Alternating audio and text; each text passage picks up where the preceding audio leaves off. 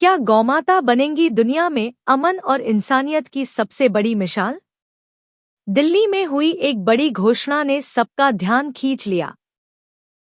दिल्ली के constitution club में आयोजित आध्यात्मिक भारत 2047 स्पिरिचुअल कॉन्क्लेव में गौवंश अखाड़ा ने बड़ा ऐलान किया। कार्यक्रम में गौमाता को विश्व शांति का राजदूत बनाने का संकल्प लिया गया।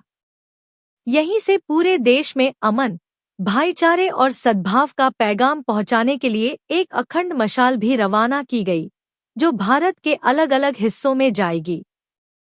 गौवंश अखाड़ा के पीठाधीश्वर गोविंद देव ब्रह्मा जी ने गोलोक सद्गति महायज्ञ की घोषणा की, ताकि अकाल मृत्यु या हादसों में जान गंवाने वाली गोमाताओं के लिए विशेष यज्ञ कराए जा सकें। वहीं सांसद मनोज तिवारी ने अपनी मां का जिक्र करते हुए कहा, मेरी मां 92 साल की है, लेकिन आज भी गाय माता की खिदमत खुद करती है। गाय दूध दे या न दे, उसकी आखिरी सांस तक सेवा करना ही असली भक्ति है। इस मौके पर सांसद मनोज तिवारी समेत कई संत, समाज सेवी और गणमान्य लोग मौजूद रहे।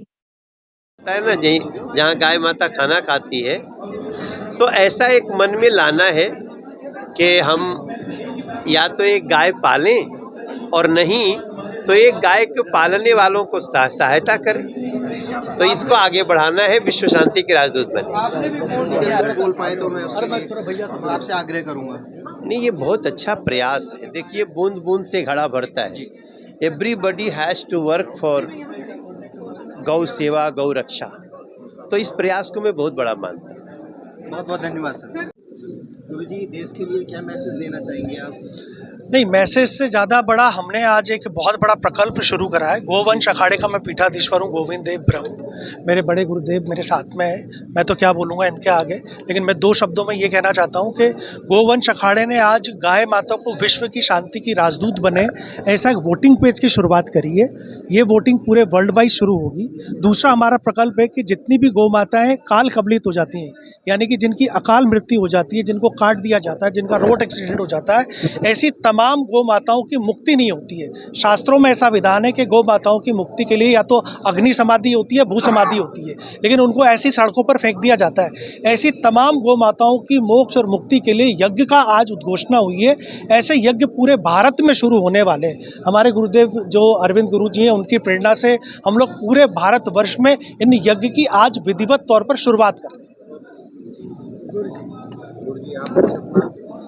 ये जो गोवंश अखाड़ा गोविंद देव ब्रह्म जी के द्वारा संचालित हो रहा है देश में, गौ सेवा तो बहुत लोग कर रहे हैं देश में, कोई शक नहीं है, लेकिन इस विधि विधान से कि संस्कार गौ माता का मरने के बाद में, सच में बहुत कम लोग इसका ज्ञान रखते हैं। और उस विषय पर बहुत गंभीरता से चिंतन करके इन्होंने इस अखाड़े की शुरुआत की है, जिसमें उनको मुक्ति कैसे प्राप्त हो। मनुष्य अपनी मुक्ति के लिए गया जी जाता है, हरिद्वार जाता है, उज्जैन जाता है, सबके अपने अपने माता पिता के लिए सब लोग कहाँ कहाँ जाते हैं।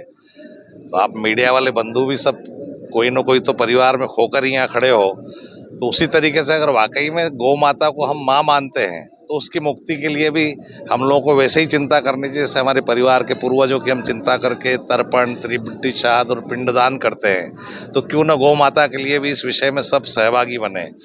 और मैं मीडिया से एक रिक्वेस्ट करूँगा, दरख्वास्त करूँगा कि गौ सेवा पर कितने कार्यक्रम होते हैं, लेकिन इस विषय को आप ज़रूर दिखाइए कि उनकी मुक्ति के लिए लोगों ने कार्यक्रम किए, उद्घोषणाएं की है, बहुत लोगों ने बड़े बड़े विषय प्रस्तुत कर दिए देश में, लेकिन कहीं भी आप जाकर के देखिए कितने स्थानों पर वाकई में मुक्ति के लिए लोग लगे हुए, बहुत थोड़े लोग लगे हैं। देश में जो है एक मांग भी चल रही है कि गाय को राजमाता घोषित करना चाहिए, तो आप कैसे देखते हैं इसको? खुद ही स्वयं गौ माता राष्ट्र माता है ये। उसको जैसे परमहंस योगानंद जी का स्टैम्प टिकट आया देश में, तो क्या परमहंस योगानंदा जी नहीं थे? हाँ, लेकिन ऑफिशियली जब उनका डाक टिकट आ गया, जबकि उनकी बड़ी मशहूर बुक है ऑटोबायोग्राफी ऑफ योगी, जो महाअवतार बाबा की परंपरा है, योगी कथामृत, अगर उनका स्टैम्प टिकट नहीं आता तब भी वो परमहंस योगानंद जी थे। अगर राष्ट्रमाता ये सरकार का विषय, हमारा निजी विषय है, नहीं घोषित हो ना हो, हमारे लिए तो विश्व माता है, राष्ट्रमाता छोटा शब्द है। जी देखिए, ये बहुत ही अटल सत्य है कि गौ माता हमारी बहुत पूजनीय है और जो कार्य आज शुरू हुआ है ये बड़ा दुर्लभ कार्य है और बड़ा महत्वपूर्ण कार्य है। पर दुर्लभ इसलिए कहा कि इसकी तरफ कभी सोचा नहीं गया, पर आज इसकी तरफ जो सोचा गया है ये हमारे लिए मान सम्मान की बात है। सभ्य समाज को इस कार्य का समर्थन करना चाहिए।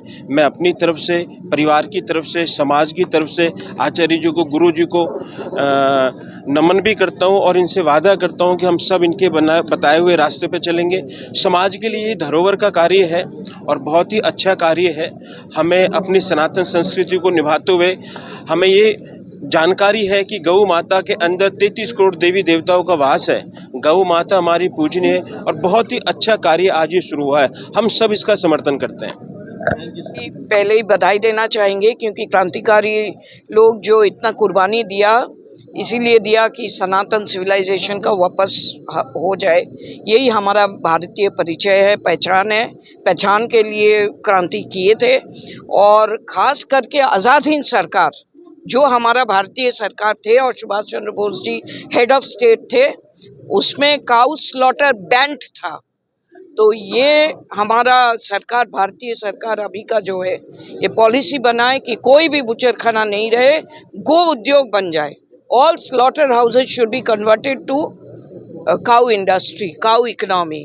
बीफ एक्सपोर्ट नहीं करके ऑर्गेनिक मैन्योर एक्सपोर्ट करे, सारा दुनिया को ऑर्गेनिक बनाए, ये लक्ष्य होना चाहिए। इनकम होलिस्टिक हो और गो परस्त हो, क्योंकि गो माता पृथ्वी माँ गो माता का शेप लेके ही अपना बचाव करने के लिए गया था।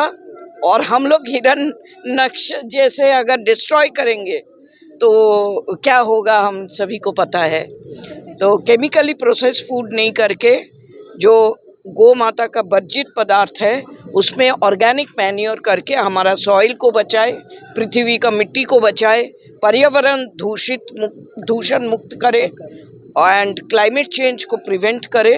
This is one window solution to today's problems. गो रक्षा और गो उद्योग, रोजगार भी मिलेगा, ऑर्गेनिक पर्यावरण भी ऑर्गेनिक, हेल्थ भी सुधरेगा सभी का।